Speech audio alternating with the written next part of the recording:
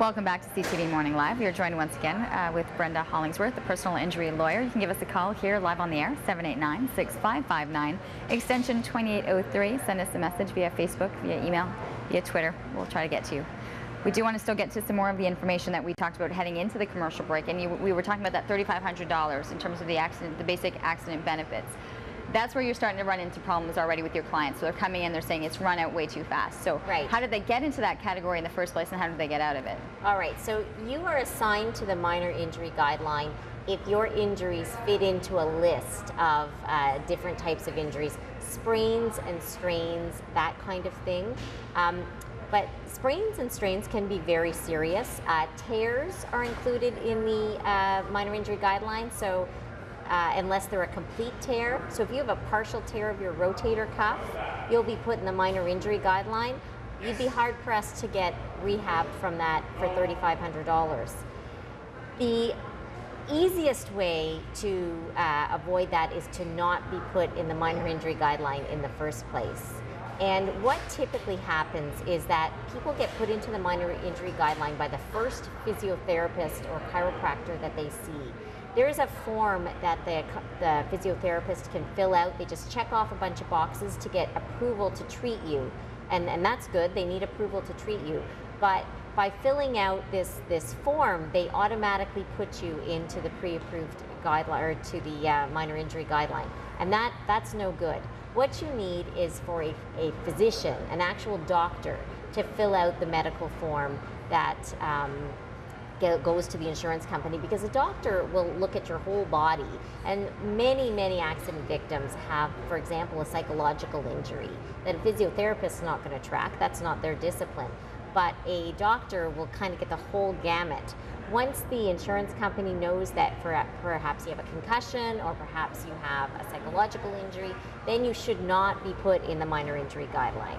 So going to see a doctor before you start your rehab is very important. That first person filling out the form is really going to dictate how far or what you're going to be able to get. Well, that's right. And so if you have anxiety or psychological problems, or you're having concussion syndrome or symptoms, make sure you talk to a medical professional about it. Don't just go ahead and fix your arm or fix your leg. Deal with all of your injuries right at the beginning, because it's much more difficult to say, oh wait, I had a concussion too, take me out, than it is to be put in the right spot to begin with. Can you have more than one person fill out that form, that original form, if you were maybe so say someone, recently they got that form filled out when they were going to the physiotherapist, to say, okay, wait, I'm not going to send that in yet. Can you have a variety of people on that form? Yeah. So even if the insurance or the physiotherapist has already sent in their form, you can still go to your doctor and get your doctor to complete a disability form. And these disability forms are available online. If you call our office, we can tell you where they are. They're publicly available if your insurance company didn't send you one. But it should be a doctor to fill out the disability certificate, not a physiotherapist. You can correct it, but it's harder.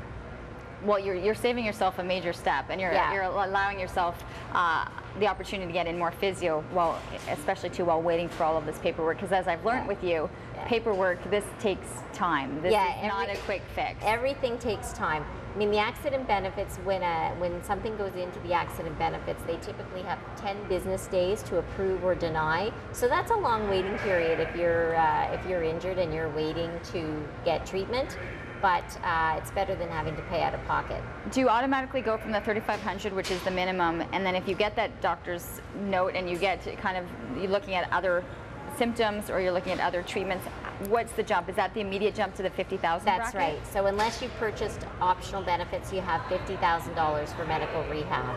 That's what many people have, and that will satisfy most accidents. Most injuries from accidents will be fine with the $50,000. I do have a number of clients who have now run out of the $50,000, and that becomes a problem. What do you do then? The next step after the $50,000 is catastrophic. And at about the 2-year mark post-accident, you can apply to be designated catastrophically injured. And there your limits go way up. Your medical rehab limit becomes $1 million. and you have attendant care of $1 million. And these things last for life. Well, the likelihood, though, however, is that when you're in that category, there's a lot that's going on. Oh, yeah. In terms of what your needs are at that point. That's right. Okay, we do have to take a break. We have another segment, though, with Brenda, so please, if you have questions, send them in. 789-6559, extension 2803, if you want to give us a call live on the air. You can always find us on Facebook, on Twitter, and our email address is ottawa.morning@ctv.ca. We're back with more after this.